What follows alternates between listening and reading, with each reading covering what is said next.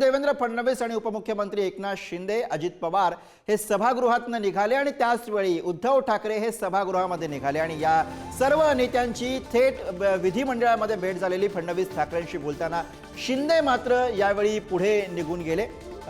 फडणवीस, ठाकरे, शिंदे, अजितदादा हे समोरासमोर आले। ही दृश्य आपण बघतो आहोत।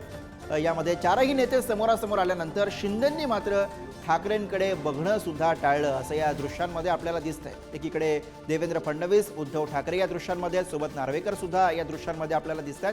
मात्र शिंदे हे उद्धव ठाकरे यांच्याकडे न पाहताच या ठिकाणावरनं निघून जाताना आपल्याला या दृश्यांमध्ये दिसतात। अजित पवार सुद्धा उद्धव ठाकरे यांना हात मिळवून पुढे निघून गेले। तशीच कृती देवेंद्र फडणवीस यांच्याकडनं सुद्धा पाहायला मिळाली। मात्र जेव्हा एकनाथ शिंदे या ठिकाणी पोहोचले तेव्हा एकनाथ शिंदे हे उद्धव ठाकरे यांच्याकडे न पाहताच या ठिकाणाहून निघून गेले।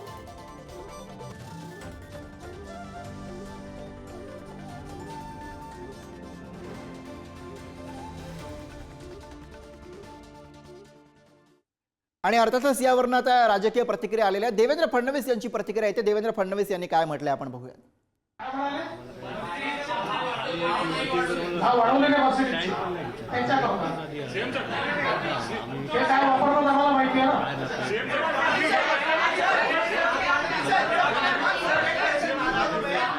नाही, तुम्ही ऐकलं नाही का? 20 लाख रुपये ज्या कारला आम्ही जास्तीत जास्त घ्यायचो ते आता 30 लाख केलं ना।